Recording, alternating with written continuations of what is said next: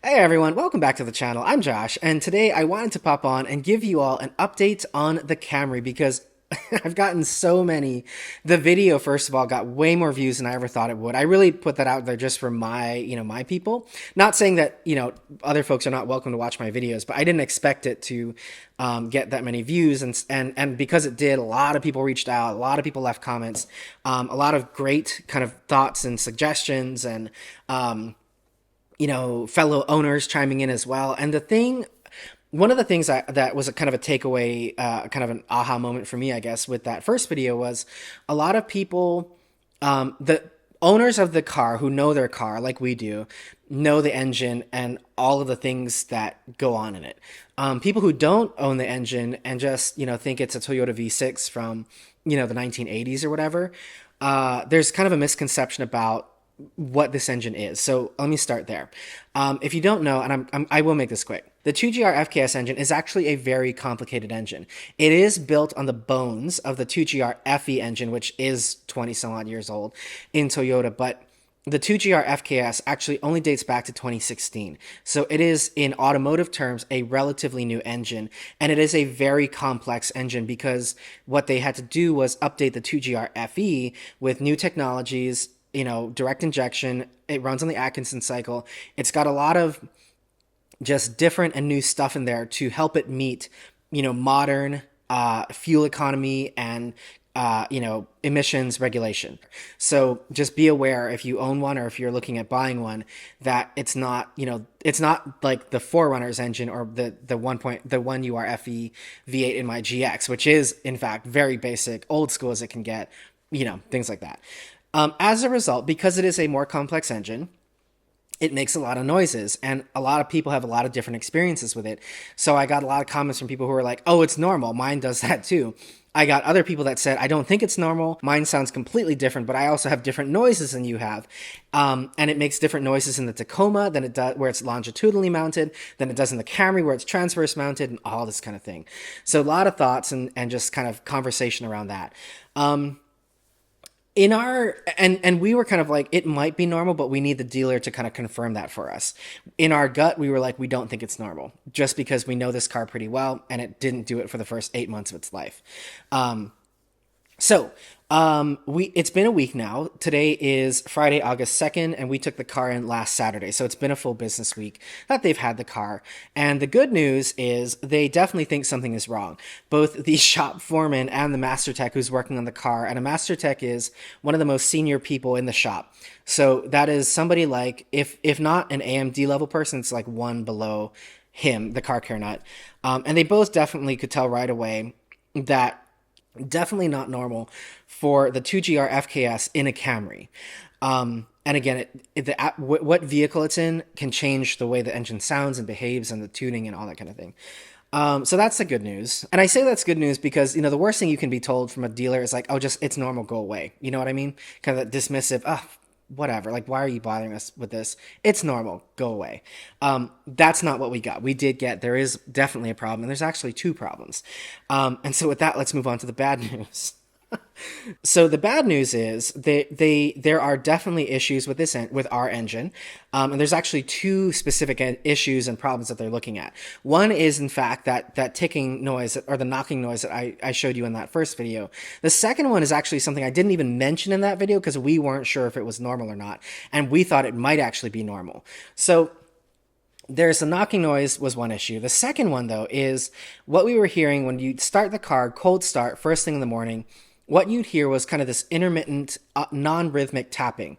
So you'd start the car, and what you'd hear is kind of like tap, tat, tat, tat, tat, tat, tat, tat, tat, tat, tat, tat, almost like the kind of like the rhythm of a fireworks, which is not, it's not like a tap, tap, tap, tap rhythmic. It's kind of tap, tat, tat, tat, tat, tat, tat, tat, tat, tat, tat, kind of noise.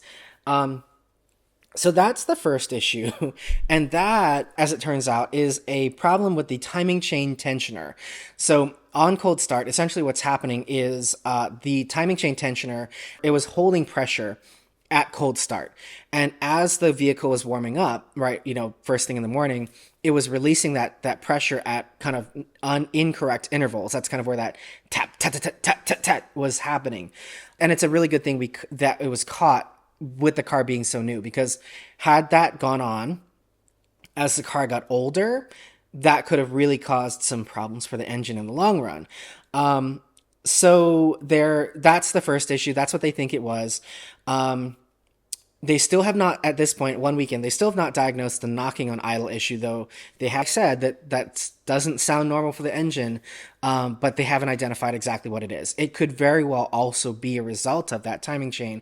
Hopefully nothing serious, but they're still working on that. So now let's talk about kind of the diagnosis process, because one of the kind of annoying things, at least, or concerning things, not annoying, is they actually, in the process of trying to diagnose this issue, they opened a case up with an internal system called TIS. And you can think of TIS like a kind of like an IT helpline. If any of you work corporate jobs and you've got your corporate laptop, and when something goes wrong and you can't solve it yourself, you call, your company's IT support line. That's kind of what TIS is for the Toyota dealer and the service techs. So opened a case with TIS, and TIS wasn't, according to them, was not helpful at all. So I'm like, okay, so you mean to tell me that corporate Toyota, you open this case, they uploaded audio recordings of the issue, they described the issue, kind of exactly what you do with like IT support, and they couldn't they couldn't identify the issue? That's concerning. And ultimately TIS was inconclusive is what it was not, they were not saying it was normal, but they couldn't pinpoint what the problem was or blah blah blah. So the tech here locally they basically, him and the shop foreman were kind of left to their own devices, which, like, great, thanks Toyota for the lack of help. And so one of the concerns I have is that it does in a way, I'm not going to say that they are or not, but I think there was a lot of shooting in the dark. And again, even 1 week in, they still have diagnosed one of the issues. So that's not ideal. With that said, with that kind of timeline in place, let's now talk about the transportation coverage. One of the things that's been kind of surprising to me about this experience has been how reluctant they are to give, how reluctant at least our Toyota dealer is to give us a loaner car or a courtesy vehicle or anything like that. Now, we are in a very privileged position. We own 3 cars, so having one of our cars unavailable to us at the dealer for a week and a half hasn't really impacted our quality of life. John has been driving the RAV, and I have my GX to drive. But, I fully realize that that's not everyone's situation. A lot of people who are buying, a Camry or a Toyota in general don't have that luxury. So for a lot of people, your Toyota might be, your one and only car. So I told John, as soon as they acknowledged that there is an issue here going on with the car that is not normal and is, is definitely going to be covered by warranty, I told John, I said, don't tell them that we have 3 cars. Ask for a courtesy vehicle, because I wanted to see what the response would be if they thought that we did in fact need one. And what they told us was, well, yeah, we have a fleet of courtesy vehicles here, or loaner vehicles and they're Toyotas, and, the dealer owns them. So this is not like an enterprise rental car across the street kind of situation. No, it's cars that the dealer has on the side of the service department for when this kind of thing happens. And we were like, cool, great, thank you. And they were like, yeah, that'll just be $50 a day for every day that we have the car. And I was like, excuse me? I understand that it's a money-making opportunity for you if somebody wants a car while theirs is being serviced or whatever, but this is a warranty claim on an 8-month-old car that's very well cared for, that is clearly a manufacturer's, a Toyota issue. I personally felt like we should have been given a car. And listen, I understand that this is the Toyota dealer and not the Lexus dealer where you get a loaner for service, even routine maintenance. But because of the situation, because this is a warranty item, I felt like they should have offered a car. Now, honestly, had they offered one, we may have declined it just because, again, we have the luxury of having 3 cars. But still, I was like, that's bullshit. The worst thing you can do as a business is when your customer is having a problem that you caused, and I know that the dealer didn't cause it, it's Toyota, but the worst thing you can do is try to sell them something else. So I was like, hard pass, because you've told me, okay, the dealer has told me, right, that it could be about 10 to 15 days, thereabouts, of total time that they will need the car to diagnose and fix the issue. Might even go longer than that if they can't figure out the knocking issue. So $50 times, let's say 10 days, that's $500. Okay, 15 times, or 50 times 15 days. So let's say they need the car for like a full 2 weeks. That's $750. You expect me to pay out of pocket $500 to $750 for a problem that Toyota caused, or that, is Toyota's problem here? I think that's mildly outrageous. And again, we're in a very privileged position. Could we pay that? Sure. I mean, yes, if we really needed to, we could pay that. But what if what if we were someone who didn't have the financial resources that we do? What if your entire transportation budget was tapped out by your car payment, right? And then you're being told, okay, well, yeah, you can have a car for $500. I felt like that was really disrespectful. So after that, I went and Googled to see, does Toyota actually have a policy that dealers are supposed to follow when it comes to providing transportation coverage for a warranty issue, right? Like this. And they do have a policy, and I'm going to read it to you exactly as it is, and I'm going to put it over here. So Toyota says, as part of it's called the Transportation Assistance Policy, and it says, as part of our ongoing commitment to our customers, you are eligible for transportation assistance under the Transportation Assistance Policy if your vehicle must be kept overnight for warranty-covered repairs for any of the following reasons. So very clearly saying, does not need to meet all three of these criteria. Any one of these should qualify you for basically either a rental car or a loaner vehicle. The warranty repairs will take longer than 1 day to complete. I think we qualify for that. Second one, the warranty condition requires extensive diagnosis. We definitely qualify for that or meet that criteria.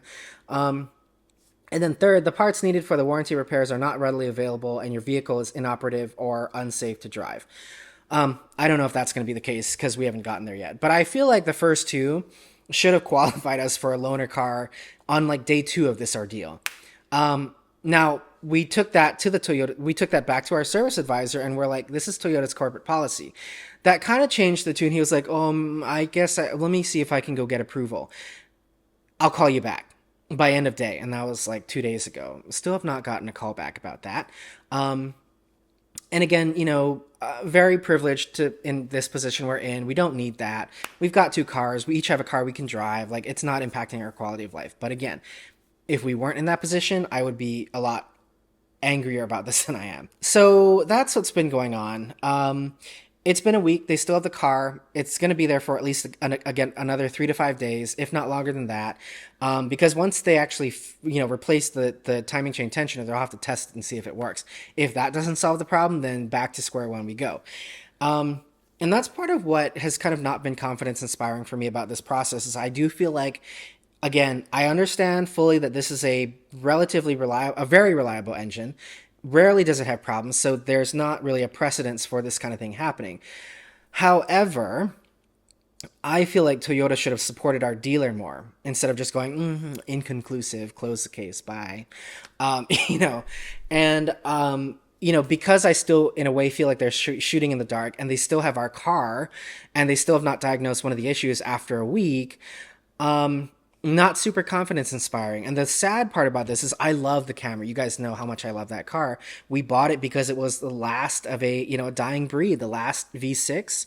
And it's such a wonderful car. It drives so beautifully.